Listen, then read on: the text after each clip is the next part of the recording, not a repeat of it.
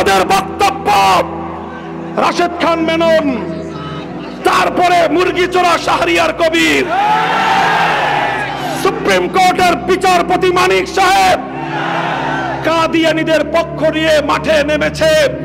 এদেশের 16 কোটি মানুষ যারা আখিরি পয়গম্বরকে আখিরি পয়গম্বর হিসেবে, খাতেমুন নবিয়্যিন হিসেবে যারা বিশ্বাস করেন, তাদের ঈমানি দায়িত্ব হলো এই তিনজনকে বাংলার যে কোনো জায়গায় পাওয়া যাবে, সঙ্গে সঙ্গে জুতা খুলে পিটাইতে হবে।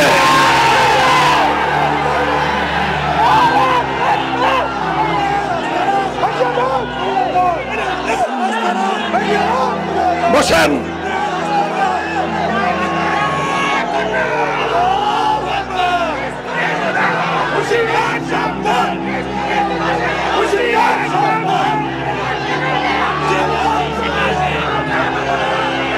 আর রাশেদ খান মেননের নির্লজ্জ পক্ষ নিতে গিয়ে জনাব নাসিম সাহেব যেই ধৃষ্টতা দেখিয়েছেন, আমরা বিশ্বাস করতে চাই এটা তার দলীয় বক্তব্য নয়, এটা তার ব্যক্তিগত কুলাঙ্গার মার্কা বক্তব্য।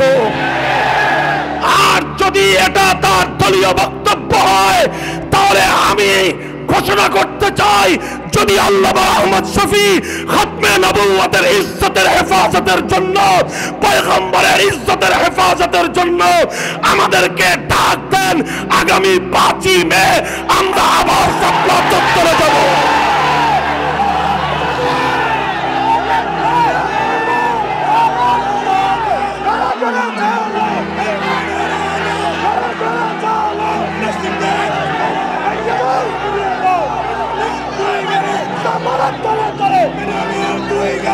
বসেন, বসেন। আমাদের কথা শুধু আবেগী কথা নয়,